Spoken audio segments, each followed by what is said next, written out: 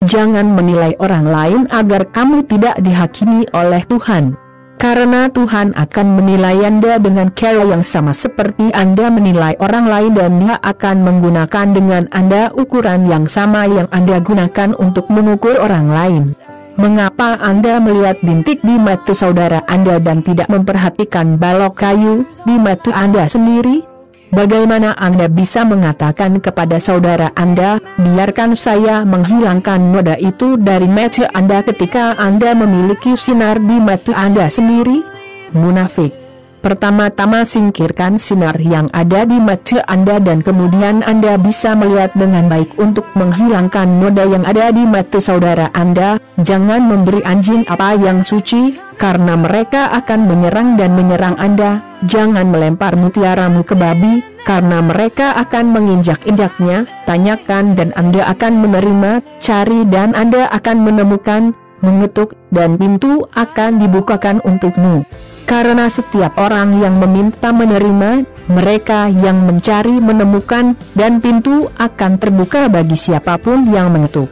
Adakah di antara Anda yang merupakan seorang ayah yang dapat memberi putra Anda batu ketika dia meminta roti? Atau akankah dia memberimu ular ketika dia meminta ikan? Anda, meskipun Anda buruk, tahu bagaimana memberikan hal-hal yang baik kepada anak-anak Anda. Berapa banyak lagi Bapa Anda di surga akan memberikan hal-hal yang baik kepada mereka yang memintanya. Lakukan kepada orang lain apa yang Anda ingin mereka lakukan kepada Anda, karena itulah arti hukum Musa dan ajaran para nabi, masuk melalui pintu yang sempit karena pintu yang lebar dan jalan yang mudah menuju neraka, dan masih banyak orang yang berjalan di jalan ini. Pintu sempit dan jalan yang sulit menuju kehidupan, dan hanya sedikit orang yang menemukannya. Hati-hati dengan nabi palsu. Mereka tiba dengan menyamar sebagai domba, tetapi di dalamnya mereka adalah serigala liar. Anda akan mengenal mereka atas apa yang mereka lakukan. Duri tidak menghasilkan anggur, dan kaki jelarang tidak menghasilkan buah ara. Jadi, setiap pohon yang baik menghasilkan buah yang baik, dan pohon yang menghisap buah yang tidak baik. Pohon yang baik tidak dapat menghasilkan buah yang tidak baik, dan pohon yang tidak baik tidak dapat menghasilkan buah yang baik. Setiap pohon yang tidak menghasilkan buah yang baik akan ditebang dan dibuang ke dalam api. Karena itu, Anda akan mengenal nabi palsu melalui hal-hal yang mereka lakukan. Tidak setiap orang yang memanggil saya Tuhan, Tuhan yang akan memasuki kerajaan surga, tetapi hanya mereka yang melakukan kehendak Bapa saya, yang ada di surga.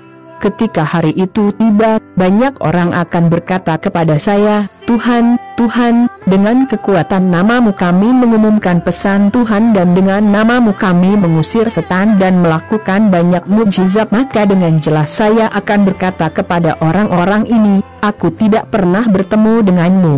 Menjauhlah dariku, kamu yang hanya melakukan kejahatan. Siapapun yang mendengarkan ajaran saya dan hidup menurut mereka adalah seperti orang bijak yang membangun rumahnya di atas batu. Hujan turun, banjir datang, dan angin bertiup kencang menerpa rumah itu. Namun, tidak jatuh karena dibangun di atas batu. Barang siapa mendengarkan ajaran saya ini dan tidak menjalankannya adalah seperti orang tanpa penilaian yang membangun rumahnya di pasir. Hujan turun, banjir datang, dan angin bertiup kencang menerpa rumah itu. Itu jatuh dan hancur total.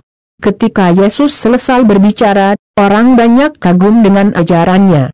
Dia tidak seperti guru hukum, sebaliknya, dia mengajar dengan otoritasnya. Matius 7:1-2